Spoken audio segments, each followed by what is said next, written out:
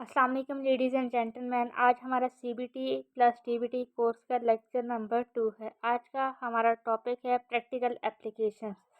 तो कल हमने पढ़ा एबीसी मॉडल को, आज हम उसकी प्रैक्टिकल एप्लीकेशंस को देखेंगे। सबसे पहले हम देखते हैं कि फाउंडेशन ऑफ थॉट्स क्या चीज़ है।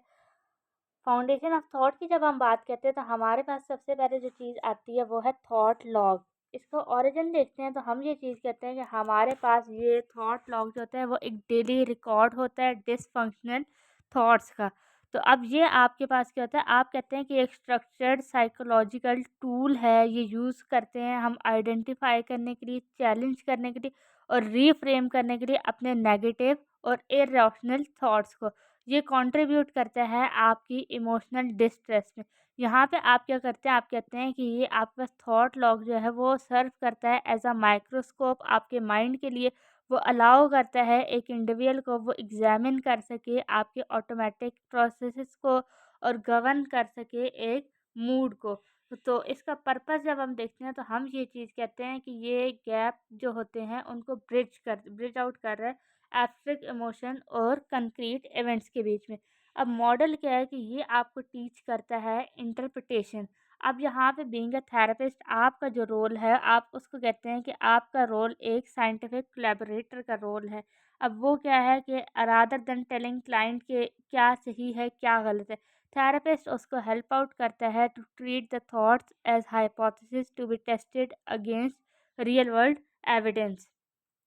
थेरेपिस्ट का ये रोल आ गया। ओवरऑल इसका जो कोर पर्पस है वो आपके पास क्या, ये डिमॉन्स्ट्रेट करता है कॉग्निटिव मॉडल को। और कॉग्निटिव मॉडल में ये क्या कर रहा होता है कि ये इंटरप्रिटेशन ऑफ इवेंट कर रहा होता है। जो आपके पास एक ट्रॉमेटिक इवेंट गुजरा होता है उसकी इन्वेस्टिगेशन ये कर रहा होता है। ये उसमें विक्टिम और इन्वेस्टिगेटर का जो माइंडसेट होता है उसके लॉजिक को अंडरस्टैंड करने में हेल्प आउट करता है। अब आपके पास 3 कॉलम फ्रेमवर्क आ जाता है। 3 कॉलम फ्रेमवर्क की जब हम बात करते हैं तो हम कहते हैं कि हमारे पास जो foundational exercise of thought log हैं वो इन्वॉल्व करती हैं सिचुएशन, ऑटोमेटिक थॉट और इमोशन को। सिचुएशन आपके पास क्या है कि ऑब्जेक्ट जो है वो फैक्ट्स के ऊपर सिर्फ काम नहीं करता, बल्कि वहाँ पे आपके पास क्या होता है कि आप इस चीज़ को देख रहे हैं कि आपके पास क्या चीज़ कब अकर हुई है। आप उस टाइमिंग को नोट कर रहे हैं कि आपके पास what was the exact timing. Automatic thought की जब बात आती है तो हम यहाँ पे क्या कर रहे होते हैं कि हम अपने ब्रेन का यूज़ कर रहे थे। हम क्या कहते हैं, the first unbidden thought that popped up, उसको हम देख रहे होते हैं।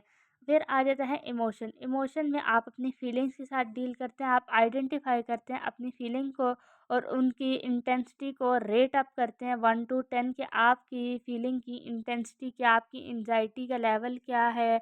जैसे बहुत आपकी सैडनेस या आपकी कोई भी इमोशन है वो किस लेवल के ऊपर लाई कर रहा है। अब आ जाती है एग्जाम्पल। एग्जाम्पल में आप देखें तो आपका डिजिटल एरा की एग्जाम्पल है। 18 ईयर टू 30 ईयर आपके पास एज ग्रुप है। यहाँ पे मॉडर्न क्या है कि ट्रिगर आपके पास यंग एडल्ट का क्या है कि वो 19 सिग्निफिकेंटली आपके पास क्या चीज़ है कि सोशल मीडिया का डायनेमिक्स वो फॉलो कर रहे हैं। गोस्टिंग का मैकेनिज्म आ जाता है कि जो इंटरपर्सनल फेलियर होता है या तो फिर लैक ऑफ वर्थ होता है rather than simple scheduling conflict, वहाँ पे वो एक पर्सन को एंड अप कर देते हैं। तो आपके पास लाइक काउंट्स आप देखते हैं कि आप सोशल मीडिया है तो वहाँ पे क्या है कि आप एक क्रिएट करते हैं साइकिल को, लिंक करते हैं डिजिटल डोपामीन को कि आपकी जो सेल्फ वर्थ है वो लोगों के लाइक के साथ लिंक हो जाती है। कंपैरिजन साइकिल क्या है कि आप अपने कंटेंट को दूसरे के कंटेंट के साथ लिंक करने लग जाते हैं कि हर कोई बेटर कर रहा है आपसे, सिर्फ आप ही बेटर नहीं कर रहे। ये होती है आपकी कॉग्निटिव डिस्टॉर्शन। यहाँ पे आप क्या करते हैं, खुद को एक डिजिटल हाईलाइट के तौर पे कंसिडर नहीं कर रहे होते। इसके बाद आ जाता है केयर गिवर एंड एजुकेटर। इसमें आप देखें तो आपके पास अब क्या आ रहा है कि parent of special need kid के लिए एट होम आ रहा है। तो वहाँ पे क्या है कि आपके पास पेरेंट का मैनेजिंग गिल्ट है कि पेरेंट यूज़ करते हैं लॉग ऑफ डुअल प्रोसेस। अब आपके पास डुअल प्रोसेस की जब हम बात करते हैं, डुअल पर्पस की बात हम करते हैं तो हम ये चीज़ कहते हैं कि जो पेरेंट्स हैं वो मैनेज करते हैं अपनी भी मेंटल हेल्थ को और वो ट्रैक करते हैं चाइल्ड की प्रोग्रेस को। अब यहाँ पे गिल्ट क्या होता है कि पेरेंट्स जो है वो चैलेंजिंग थॉट्स ऑफ चाइल्ड जो है उससे स्ट्रगल करते हैं। उनकी वो रिफ्लेक्शन होती है किस चीज़ में, बैड पेरेंटिंग में। तो इसको आइडेंटिफ़ाई कैसे करते हैं कि आप कहते हैं कि वहाँ पे ट्रैकिंग ट्रिगर्स को आप प्रेडिक्ट करते हैं और आप जो फ्यूचर क्राइसिस है उनको प्रिवेंट कर देते हैं। इस तरह आप आइडेंटिफ़ाई करते हैं उनके मेल्टडाउन पैटर्न्स को। फिर आ जाता है आपके पास डेटा कलेक्शन। डेटा कलेक्शन में हम क्या करते हैं, हम प्रोवाइड करते हैं ऑब्जेक्टिव रिकॉर्ड्स को टू अ थेरेपिस्ट और अ डॉक्टर, और वो एडजस्ट करता है ट्रीटमेंट के अकॉर्डिंग जो ट्रीटमेंट प्लान वो दे रहा होता है। अब आपके पास एजुकेशनल सेटिंग में आ जाता है। एजुकेशनल सेटिंग में आपके पास टीचर या एजुकेटर का एक रोल होता है, स्पेशली इन अ क्लासरूम जब आपका स्टूडेंट होते हैं विद डेवलपमेंटल डिले। तो वहाँ पे क्या होता है कि वहाँ पे हम एक मॉडिफाइड फॉर्म ऑफ आप ये कह लें एसेसिबिलिटी प्रोवाइड करते हैं। जैसे सपोज इमोजीज लोगोस प्रोवाइड हो रहे थे, विजुअल एड प्रोवाइड की जा रही थी नॉन वर्बल स्टूडेंट को, ताकि वो कम्युनिकेशन में एक फ़ील लेके आ सके, उनको फ़ील हो कि they are the part of a class. और एनवायरमेंटल ट्रिगर्स क्या हैं कि वो आइडेंटिफाई करते हैं सेंसरी इश्यूज़ को, just like loud school bell और ब्राइट आपके पास जो लाइट्स आ जाती हैं फ्लोरेसेंट लाइट, तो वो एनवायरमेंटल ट्रिगर्स को आइडेंटिफाई कर रहे हैं। इस तरह के इश्यूज़ वो बच्चे या उनको वो फेस कर रहे थे। तो फिर आ जाता है सेल्फ रेगुलेशन। सेल्फ रेगुलेशन की जब बात आती है तो आप कहते हैं कि teaching student to recognise red zone before it escalate into behaviour crisis आ जाता है आपके पास। फिर आ जाता है न्यूरो डाइवर्सिटी में आपके पास ऑटिज़म एंड एडीएचडी। तो यहाँ पे आप देखते हैं कि सेंसरी डायमेंशन है आपके पास। यहाँ पे क्या है कि ऑटिज़म की जब हमने एग्जांपल लिए तो हम कहते हैं कि जो आपके पास न्यूरो डाइवर्जेंट इंडिविजुअल्स होते हैं, वहाँ पे आप देखें तो क्या सिचुएशन होती है कि एक वो ऑफन आपके पास क्या होते हैं, सेंसरी ट्रिगर्ड होते हैं वो बच्चे, rather than other special kid जो स्पेसिफिकली ऑटिज़म विद एडीएचडी के होते हैं। तो वहाँ पे आप देखते हैं कि उनको ऑटिज़म के किड को बजिंग रेफ्रिजरेटर एक सिचुएशन है, वो लीड करती है किसकी तरफ? क्या वो इस सिचुएशन में थिंक करते हैं या नहीं करते हैं? या हम कहते हैं कि हमारे पास सिचुएशन है फ्लोरेसेंट लाइट की। तो यहाँ पे वो क्या करते हैं, उनकी प्रोसेसिंग क्या होगी कि वो डिसफंक्शन को लीड करेंगे कि वो ये चीज़ कह देंगे I can't do anything.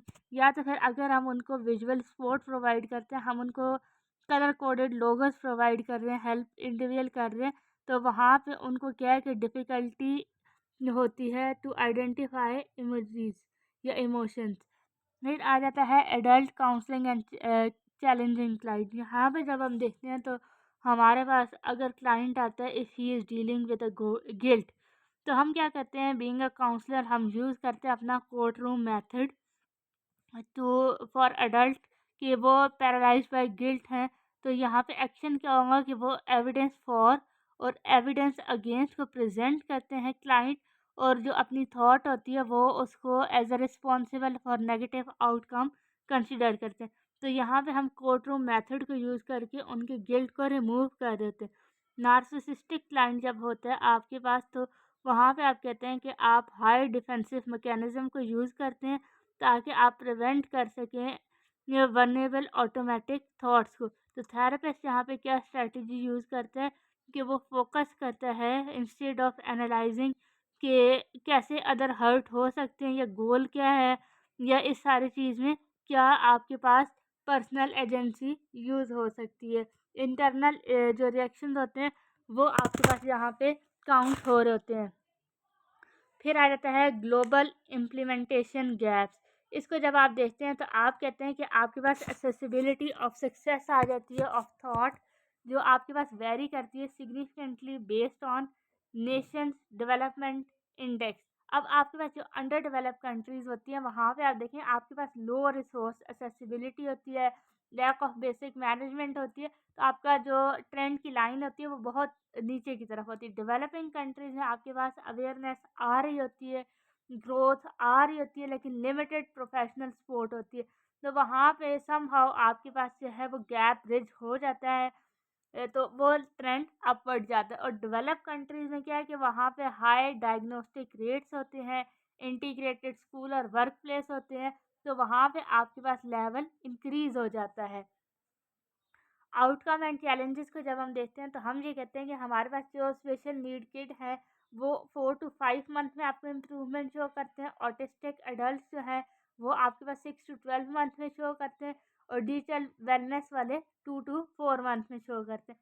Challenges आपके पास कुछ आते हैं और उनके बेनिफिट्स जो होते हैं उनके अकॉर्डिंग आपको जो है इम्प्रूवमेंट ड्यूरेशन नज़र आने लग जाता है।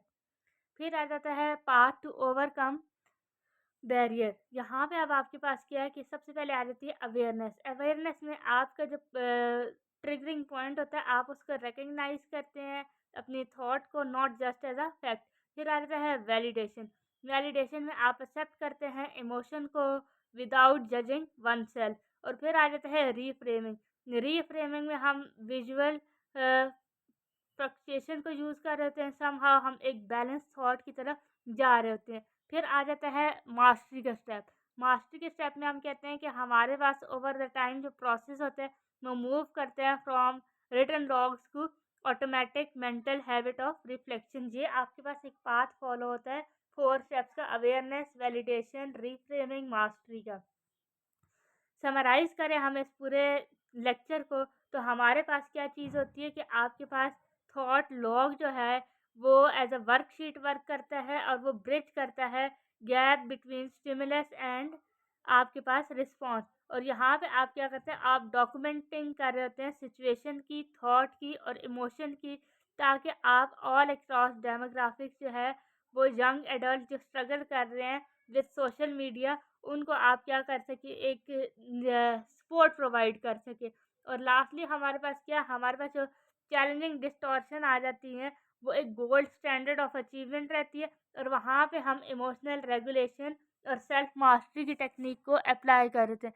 यहाँ तक था आज का हमारा lecture. Thank you so much for listening.